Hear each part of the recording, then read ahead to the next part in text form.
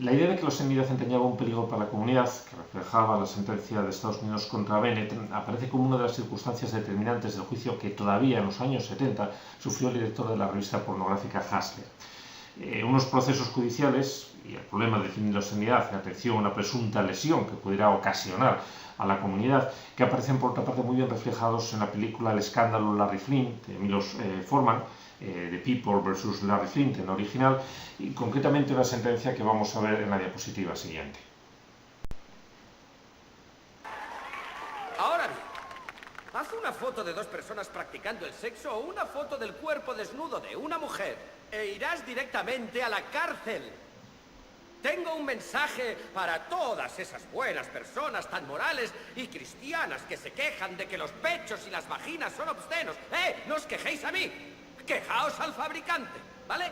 Y aunque Jesús dijo que no juzgásemos, sé que vais a juzgar, así que juzgad de un modo sano, juzgad con los ojos abiertos. ¿Qué es lo que consideráis obsceno? ¿Esto os parece obsceno? O tal vez esto os parezca obsceno. A lo mejor esto os parece obsceno, pero ¿qué es más obsceno? ¿Esto o esto? ¿Esto o esto? ¿Sabéis? A los políticos y a los demagogos les encanta decir que el material explícitamente sexual corrompe a la juventud de nuestro país y sin embargo mienten, engañan y montan guerras sacrílegas. Miradles, se llaman hombres y son ovejas de un rebaño. Yo creo que la verdadera obscenidad consiste en educar a nuestros jóvenes haciéndoles creer que el sexo es malo y sucio y feo y que por el contrario es heroico ir a derramar entrañas y sangre del modo más espantoso en nombre de la humanidad. Con tantos tabús sobre el sexo, no me extraña que tengamos los problemas que tenemos. No me extraña que seamos irascibles, violentos, genocidas. Pero ahora haceos esta pregunta. ¿Qué es más obsceno? ¿El sexo o la guerra?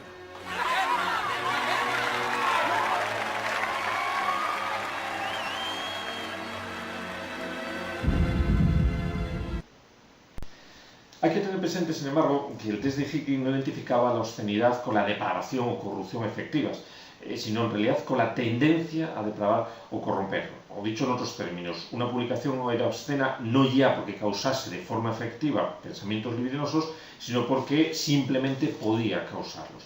Y esta circunstancia va a acabar por obligar al Tribunal Supremo a que defina también qué se debe entender por tendencia a, incluido en el test de Higgins.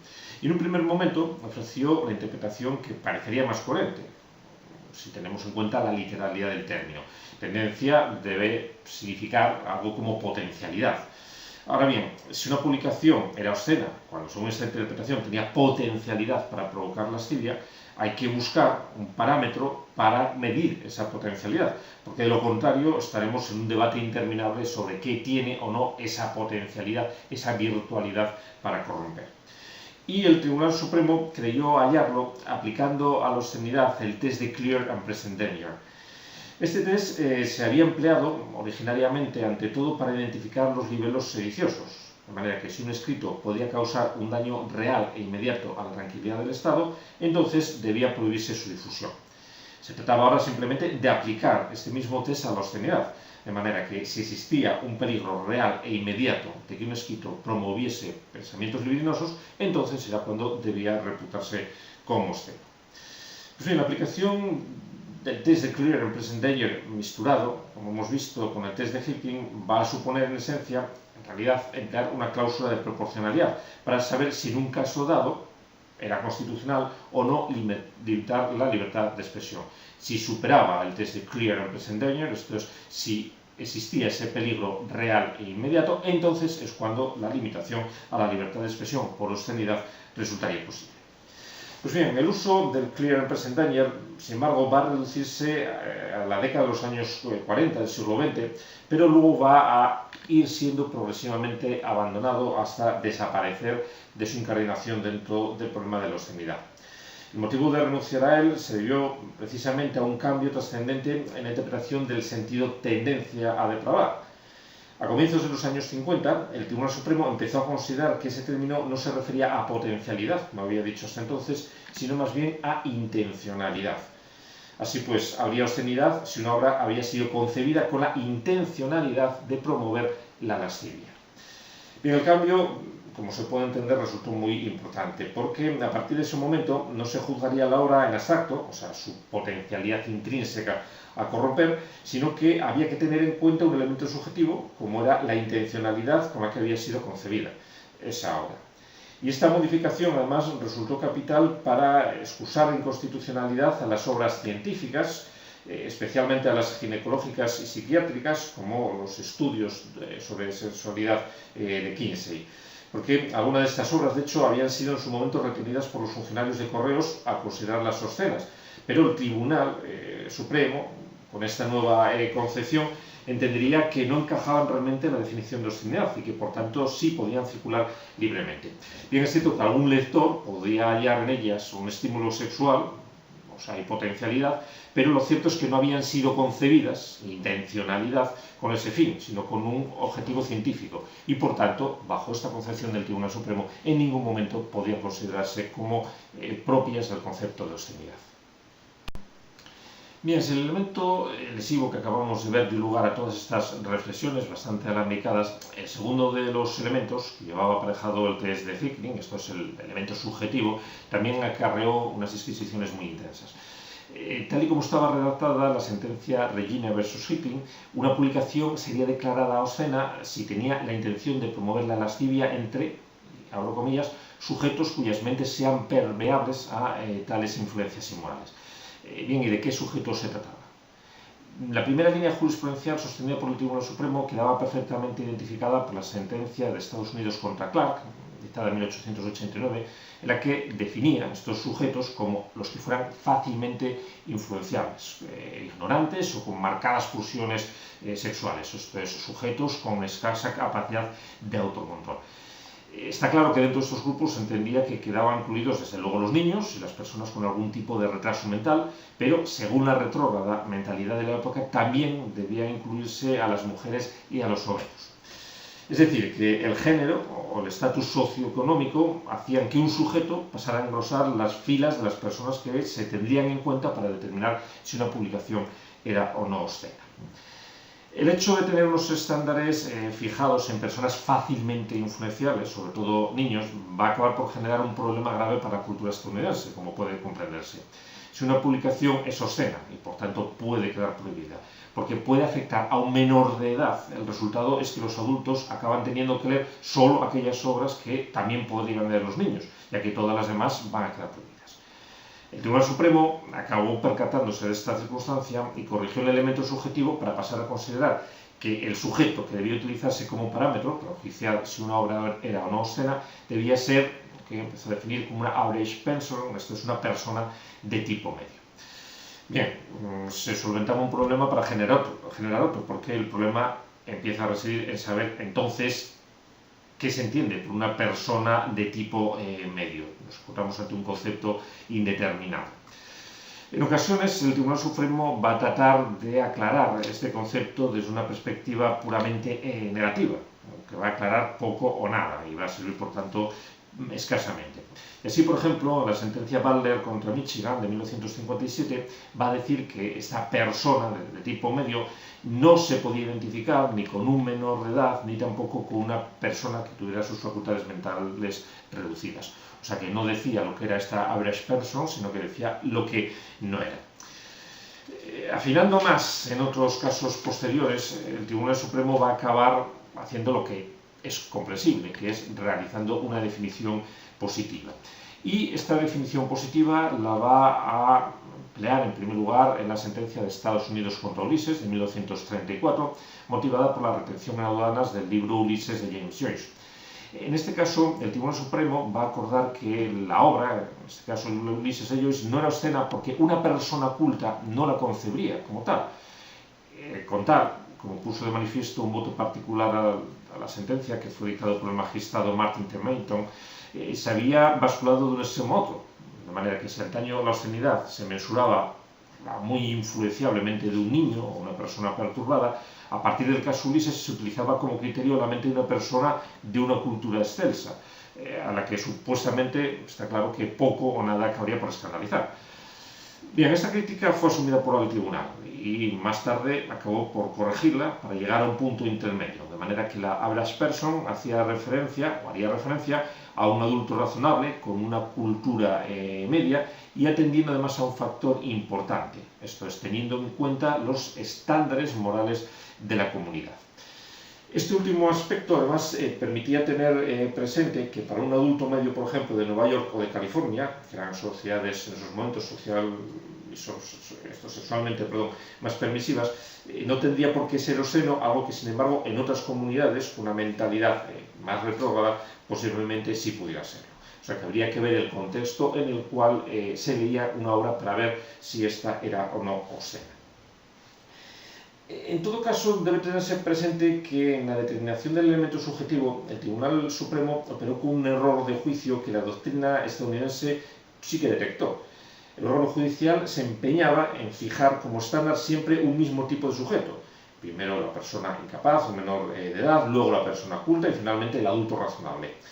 Y la utilizaba siempre para enjuiciar en abstracto si una obra era o no obscena. Algo que desde luego permite generar estabilidad y seguridad jurídica, eso desde luego, pero que no tiene en cuenta la necesidad de introducir un factor más flexible, como es el de la audiencia probable, es decir, el tipo de usuario al que se dirige concretamente esa lectura. De manera que si una obra estaba destinada a niños, el estándar de obscenidad quizás debería ser precisamente el niño. En tanto que si la obra tenía por público a un adulto, al público adulto, entonces solo debía prohibirse si también un adulto la podría considerar bajo sus estándares como obscena. El tercer y último elemento que integraba el test de Hickling, recordemos, era el elemento cuantitativo, lo que hemos definido como elemento cuantitativo, es decir, la cantidad de obra que debía contener elementos con intencionalidad de depravar o corromper a un adulto medio, según los estándares de la comunidad, para que debiera considerarse la obra como obscena. Pues bien, la primera doctrina que sostuvo el Tribunal Constitucional fue la llamada teoría de la parte, basada en una interpretación más estricta y más literal del test de Hickling, de manera que bajo esta teoría bastaba una frase, un parágrafo, cualquier elemento de una obra para que ésta pueda ser ya declarada como obscena. Es una postura muy radical que es cierto que contó con alguna interpretación un poco más moderada, más permisiva, que consideró que quedarían excluidos del juicio de obscenidad aquellos pasajes que eran accesorios, eran partes auxiliares del texto en el complejo de la obra. Tal es el caso, por ejemplo, que manifestó la sentencia de Estados Unidos contra Kennerley en 1913. Esta última idea, que permitía por lo menos ser más flexible y excluir aquellas partes de las obras que no fueran principales, permitió el tránsito a una nueva doctrina, que podemos llamar como la teoría del efecto dominante, conforme a la cual, para que una obra fuese obscena, debía tomarse en consideración esta obra en su conjunto y, por tanto, no solo partes aisladas. La doctrina del efecto dominante que acabo de mencionar se va a consolidar precisamente a través de un caso ya referido previamente, que es el de Estados Unidos contra Ulises. La llegada de la obra de Ulises de Joyce a los Estados Unidos, la verdad es que estuvo envuelto en una polémica importante, al punto de que los agentes de aduanas van a impedir la entrada del libro en el país. Una circunstancia que va a aprovechar luego el editor Samuel Ross, quien, considerando que la obra era ilegal, tampoco el autor, James Joyce, disponía de derechos morales de propiedad, va a publicar fragmentos, aprovechándose de estas circunstancias, en la revista que él mismo editaba, en lo que era claramente pues, una infracción de la propiedad intelectual. Bueno, hay que decir que Samuel Roth, la verdad es que fue un curioso personaje, sobre el que vamos a volver enseguida, y que aparte de esta falta de escrúpulos que tenía con sus colegas escritores, se vio envuelto en constantes juicios legales. La verdad es que su fotografía policial, la ficha policial casi podía formar parte de su documento de identidad, porque se pasó casi más tiempo a veces en la cárcel que en libertad. Sobre todo procesos que se abrieron contra él por su política editorial, que siempre estaba orientada a la publicación de literatura con contenido erótico. Bien, el caso es que la obra universal de Joyce contenía en efecto algún pasaje que podría considerarse obsceno, por ejemplo la escena de masturbación de Bloom, que fue la que resultó más polémica, pero el Tribunal Supremo acabó entendiendo que en su conjunto la obra no era obscena, que el hecho por tanto que contuviera algún fragmento no impedía que la obra en su conjunto no hubiera sido concebido como una obra obscena, sino como una obra de literatura pues, por un contenido intelectual más que apreciable y por tanto que no debía ser considerado en absoluto como una obra a la que se le aplicara la legislación antiobscenidad. Este mismo argumento que se utilizó para permitir que el Ulises de Joyce finalmente pudiera ver la luz en Estados Unidos fue luego aplicado también a las revistas a raíz del caso Hannigan vs. Squire, en el que lo que se va a enjuiciar concretamente es la conocida publicación para revistas Squire, que publicaba a veces imágenes como este calendario del dibujante de origen peruano Alberto Vargas. Aquí tenemos algunas imágenes. Y lo cierto es que, a pesar de que en Squire figuraban no solo estas imágenes, sino también artículos referentes a cuestiones sexuales, el Tribunal Supremo va a considerar que, igual que sucedía con los libros, la revista debía enjuiciarse en su conjunto. Y así vista, de manera completa, no podía considerarse que fuera una revista obscena.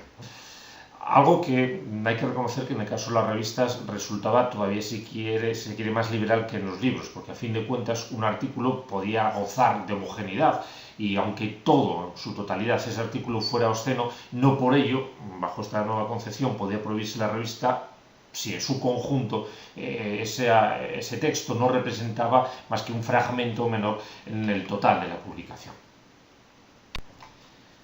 Bien, ya me he referido previamente a Samuel Roth. Pues bien, Samuel Roth precisamente en uno de sus procesos va a ser el que dé pie al Tribunal Supremo a dictar una sentencia, Roth contra los Estados Unidos, dictada en 1957, que lo va a exculpar de un proceso de obscenidad, pero que lo que tiene de determinante es que va esta sentencia a establecer un nuevo estándar, un nuevo test de constitucionalidad para determinar cuándo una publicación es obscena, que va a sustituir definitivamente al test de Haeckelin, que había sido, pues, como hemos dicho, profundamente criticado en esos tres elementos que habíamos visto que lo constituían.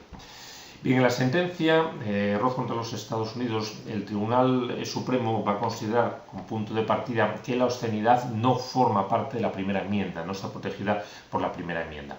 Y a partir de ahí lo que va a hacer en su sentencia es crear un nuevo test en el que lo que hace es sistematizar todos esos cambios, todas esas evoluciones que había sufrido el test de Haeckelin. Y al final va a concluir que para que una obra resultase o fuese considerada como obscena, esta tenía que estar concebida, en primer lugar, para promover la libido. Este sería el elemento lesivo. Promover la libido de una persona que fuese razonable según los estándares de la comunidad. Y esto sería, como sabemos, el elemento de carácter subjetivo. Y además tomando la obra siempre en su conjunto, lo que es el elemento de carácter cuantitativo. Así que, como vemos, la sentencia no hacía más que recapitular los cambios jurisprudenciales que había ido sufriendo el test de Haeckelin. El único elemento nuevo, aunque desde luego no es irrelevante, fue el considerar que una publicación obscena, como he dicho, no quedaba amparada por la libertad de expresión de la primera enmienda. Así pues, cuando se prohibían las publicaciones obscenas, no se estaba en realidad introduciendo un límite externo a la libertad de expresión, porque la libertad de expresión, no incluía las manifestaciones obscenas. Las manifestaciones obscenas estaban fuera de la protección constitucional de la primera enmienda, fuera, por tanto, de la libertad de expresión. O dicho de otra forma, decir algo obsceno no es expresarse según esta concepción del Tribunal Supremo. Así pues, el caso Roth contra los Estados Unidos dio efectivamente lugar a un nuevo test, que se denominaría, como ya he dicho, el test de Roth y que todavía de hoy sigue vigente, sustituyendo al anacrónico test de Haeckelin que tanto conflicto había ocasionado. Pero lo cierto es que, de todo dicho, podríamos entender que la definición de obscenidad es tan complejo que había sido necesario casi un siglo para superar la definición de obscenidad que se había vertido en el test de Haeckelin en 1869. Así pues, nos encontramos, por tanto, con un concepto muy complejo y que en Estados Unidos, y lo mismo seguramente sucedería si lo intentáramos en España, pues llevó a una reflexión extremadamente compleja para tratar de buscar un concepto que fuera aplicable por vía jurisprudencial a la hora de resolver problemas que podrían ocasionarse con la libertad de expresión.